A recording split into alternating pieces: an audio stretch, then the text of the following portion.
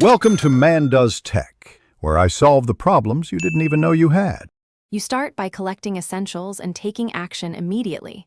Place a crafting table and position a dispenser facing its side where the result will drop. Once done, attach a hopper to feed the dispenser and set a chest to receive outputs. You need a comparator to read dispenser content, redstone dust for wiring, and blocks to mount everything. Make sure you stack recipe items in accessible slots. This physical layout lets the mechanism move items into the crafting area automatically as the system cycles.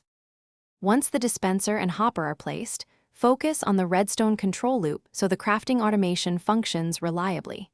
You connect a comparator to detect item levels, feed that signal into a compact redstone clock, and route pulses back to the dispenser so it releases items in timed bursts. Use a repeater to tune ticks.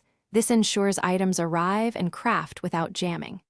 Additionally, build an item filter ahead of the dispenser to maintain precise quantities of each ingredient.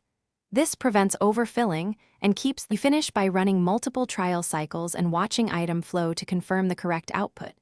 If items backup or crafting fails, make small adjustments. Lengthen or shorten repeater delay, tweak comparator subtraction, or add a hopper lock to coordinate transfers. Make sure pulse duration is short. One-tick pulses reduce double inputs, and verify filter slots hold exact counts.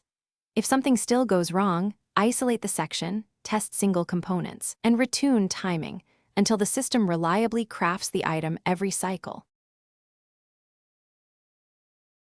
Thanks for watching. If you found this helpful, don't forget to like and subscribe.